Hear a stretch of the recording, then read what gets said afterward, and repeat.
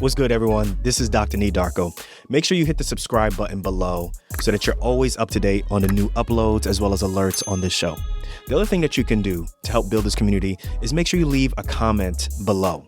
Let us know what you like, what you don't like about the show, and ultimately, let us know who's winning these arguments, because I need to know that I'm beating Renee in these debates. Run the tape. So Renee, now that we are here, for me, it's official 12 years practicing on my own, finishing fellowship. Mm-hmm. For you, it's what, 20? 14. Get out of here, Nee. How many years? It's not 20. Okay. It's 14. 14 years. Half of that as an employed doc, the other half as an independent contractor, locum I would say tenens. it's not even half and half. It's more now? Yeah. Yeah, you might be right about that. Yeah. You might be right about that. So I'll be really honest with y'all. When I finished residency, when I finished fellowship, for me, money wasn't my strong point. It was my weakest point. And I just went through med school and just hoping that, once I become a resident, like, we're going to make some money. Like $50,000 is like, I'm a millionaire and so forth. But when I started to realize going through, residency is that, look, I got bills I got to pay, I got a mortgage I got to pay, and all of these different things are kind of chipping away at how much I'm actually bringing home. Mm-hmm. And let's just say I was house poor, which meant I was spending more than half of my paycheck on a mortgage, probably a house that I should not have gotten. But this is 2006. You know what I'm saying? Everybody could get one. That's a different discussion for a different day. Yeah. But towards the end of my training, I got introduced to someone who introduced disability insurance to me, mm-hmm. as well as life insurance. Yeah. And I'm not going to lie to you, I came in it with like blinders on and initially very resistant because I was just like, look, man, I don't have enough money to go around. Right. There's no more money to go around. I checked the website of Morehouse and they offer disability insurance. Why are you talking to me about this? Right. You were employed by Morehouse at the time. Right. Yeah. Right. Yeah. But they made a really compelling point as to why I should get it. And before I mess it up, let's just say like it went through one ear, it made sense, and it went out the other ear. I signed up for disability insurance. And since then, I've had disability insurance. But throughout the years, I think we've both gotten a bit more savvy about things. The way how I look at it is like, look, like you spend 4 years, or for some of you who are pre-meds, like you're going to be spending the next 8 years mm-hmm. taking out loans, putting out a large investment on becoming a doctor. But one thing that you never think about is what could happen to you if you get sick, if you get into an accident. Absolutely. Or in general, something physically or mentally happens that you can't practice anymore. Right. And you need some protection from that. The question is how likely is it going to happen to you? Right. And do you want to play those games? Yeah. And I think that's one of the things that I think more physicians, residents, people coming out of training, they struggle with, because they're like, well, like I'm healthy, I'm going to practice for the next 20 or 40 years.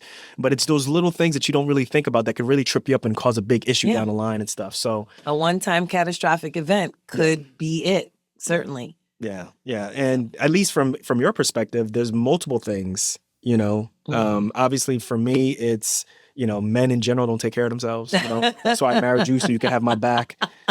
There's also some of that crazy behavior that men kind of do. We like to jump out of planes more so. Right. We get on motorcycles and things like that. But I'm generalizing. But with women, there's childbirth. Yeah. There's a whole bunch of other issues that we can get into. But the most important thing, folks, is that we work as locum tenens docs. We're independent contractors. We do our own thing. So we work really hard. But one of the things that we have and we don't roll without is disability insurance. Right. And depending on how you look at the screen, the woman up above, like almost like this is the Brady Bunch, right? Like I think she's above, or maybe depending on how the video's done, maybe here or over there. We don't know if she's below. But either way, we have Jamie Fleischner, who low-key has kind of helped us get out of debt. She didn't know that, but she helped us get out of debt. Mm-hmm. So I had I had a disability insurance plan mm-hmm. that was very expensive. And it probably was something that I didn't need. Yes, this was well before we met Jamie. Oh yeah. So what we found out is we were spending way more on our disability insurance and life insurance. More of the combined amount that we were paying on that was more than what we were putting towards our student loan debt. Yeah. It was crazy. So we met Jamie Fleischner. Jamie Fleischner is runs Set for Life Insurance, and we've been affiliated in some form or fashion for over 12 years. She is an independent broker of disability insurance, life insurance, works with professionals, works with a lot of professionals in the medical field. And I think our relationship has changed, right? Like we initially started off, you're like, look, I just got to get out of the most expensive plan and get me into something that makes more sense. To Jamie, like, Renee's pregnant. Yep. What does that mean for her disability insurance?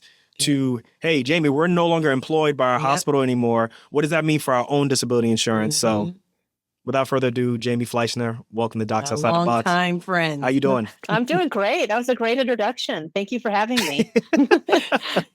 You literally were the first person that we talked to kind of figure out, okay, we need to be better with how we're spending money.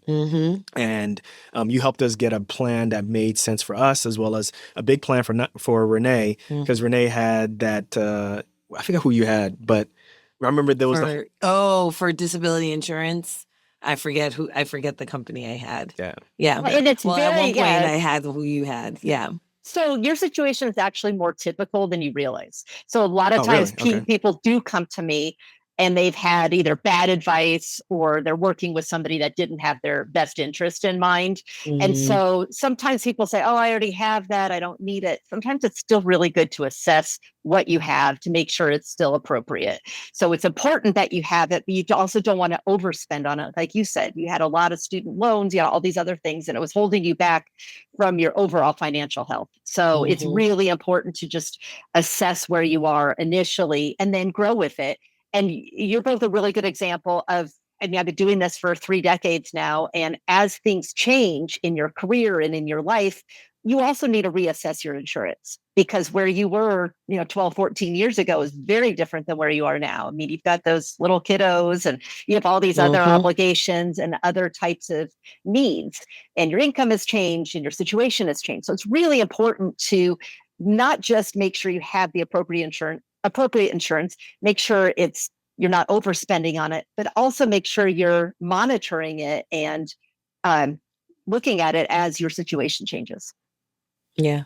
I mean, I guess if we send people for colonoscopies every 5 to 10 years, we should probably do our own financial colonoscopy. That's right. I mean, I do have people who come to me and they haven't reviewed things, and then they have a claim and they say, oh man, the amount of benefit I have isn't even going to cover my mortgage. They haven't kept it up to speed. So it's really important that it stays up to speed with your situation. Wow. Can you set the stage? Like, let's talk about, like, for someone who's listening right now, they're young.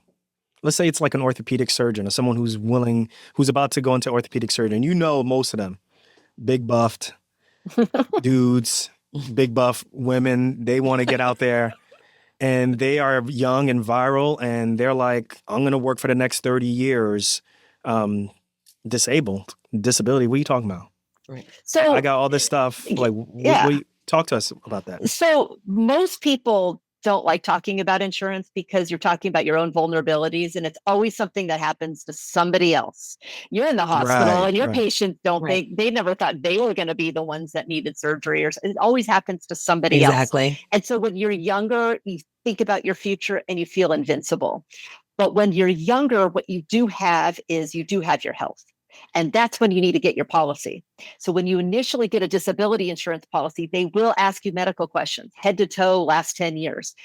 You're not likely going to get more healthy as time goes on, and you're certainly not going to get younger. So the most ideal time to get a policy is when you are young and you're healthy, you can answer the medical questions, and then you don't have to worry about it. So if you do decide to jump out of airplanes, like you mentioned, or ride motorcycles, or you develop an illness, or you have some kind of surgery, you're completely set. You don't ever have to answer those medical questions again. So when you're young, that's the time to get it, especially during residency, because there's special residency discounts. So if you're able to get that on the policy, you're going to save even more money over the course of your career. So for the folks who have, not for the folks, everybody, for the most part, their hospital, their residency is going to provide some sense of disability insurance, right? Like hospital acquired, right? Yes. So most of the time when you are in residency, they will provide you some kind of policy. And when you go work elsewhere, you will have some kind of policy. I'd say 90% of people supplement in some way. There's several reasons you want to supplement. First of all, the policies, so the policies provided through an employer are one size fits all approach, and they can't individually select. They can't say, me and Renee, you're healthy, but Joe, he's got all kinds of health problems. They can't discriminate. So they have to cover everybody. So it's a higher risk pool. So it's sort of a generic plan. So most group policies say you have to be totally disabled, not working, as opposed to an individual policy. Your policies say, if you're sick or injured and can't work in your medical specialty, you're covered even if you can work in another specialty or occupation. That's called own occupation. So that's a huge difference. So in your case, again, something happens if you can't do surgery, you're going to get paid even if you can do your podcast, even if you can teach, you could do research, you're going to get paid regardless. Right. Whereas if you're only relying on the group policy, they're going to say, oh, you're able to earn income elsewhere, we're not going to pay your claim. So that's one of the things. Number two, a group policy has limits. So typically, they're really more intended for rank and file employees. So the higher your income is, the less your benefits are going to replace your income. They usually have a maximum of 10 to 15,000. If the employer is paying for it, that's taxable. So if somebody says, oh, well, I have $10,000 from my employer, if you're in a high tax bracket, guess what? That's going to really only be about 6,000 a month, or depending on where you're taxed, 5,000 a month. So it really chicken is more expensive. Exactly. And then the last reason is most people don't work at their same employer their whole career. So if you leave, you can't take your group policy with you. If you want to go and do locum work, or you want to have gig work, or you want to start your own business or anything else, those policies don't go with you. So let's say you're 40 years old, you've worked out in a hospital all these years, didn't have your own policy. Now you want to leave, but you just had back surgery, or you're now type 2 diabetic. You're kind of out of luck. You may not be able to go get your own insurance. So that's why you want to have some supplemental insurance that's going to cover you more comprehensively. And it's also portable. So if you have that portable policy, you can leave the hospital and then just say, okay, here's my new income. It's gone up. They'll allow you to increase it without any medical questions. How expensive because that's another thing, residents going to be like, look, this is a risk that I'm going to have to take because it's too expensive. Yes. Right? That I'm sure they give you that. Like, yeah, I hear what you're saying. Everything you say makes sense. I can't afford it. So talk to us about that. Yeah. So what I recommend for residents is just get a minimum size policy. You can get like 1,000 a month, 2,000 a month. And you can also just have the kind of premiums that are called graded, where they gradually increase each year. So it might only cost maybe $50 a month or something pretty minimal. So you can get, really? Yeah. So it's just a minimum tiny policy, because then when you finish and you leave, and you start getting your big paycheck, then you say, okay, now I want to go from 1,000 a month to 10,000 a month. Now we can increase the policy. Again, no medical questions asked. So the goal is just to protect that insurability, and then you don't have to worry about it in the future. Yeah. So you talked about that minimal policy. Does that minimal policy, let's say you're done with residency, you've paid, $100 or $50 per month, does that necessarily protect you from having to then get reevaluated to see whether or not you need to get that larger policy? In other words, you get residency as a third year. Now you're like in your second year of being an attending. You still got that same old policy. Do you have to get reevaluated? Nope. Once you get your policy, they only evaluate you initially. Once you get it, you'll never have to answer questions again. That's the key. So you can eat sugar in between everybody. You can get diabetes. That's right. You can break your leg. They still gonna cover you. That's right. Or even like a lot of the activities. I mean, I'm in Denver. A lot of people ski, and they say, I don't even want to get my policy till I don't want to go skiing until I get my policy. We've had so many claims, people just falling on the mountain. So just go through the process once, and you never have to deal with it again. Now we do have. There's something relatively new in the industry that's called guaranteed standard issue, that we are one of the partner brokers in the country that have this available. And it's only available at select hospitals through select brokers, but it allows residents to get a policy with no medical questions asked. So the benefit of that is, especially if you already have health issues, maybe you're type 1 diabetic, or again, you had back surgery or something, you can get a policy, no medical questions asked. Now, it will limit how much you can increase it in the future, up to 15,000. For a lot of people, that's totally sufficient.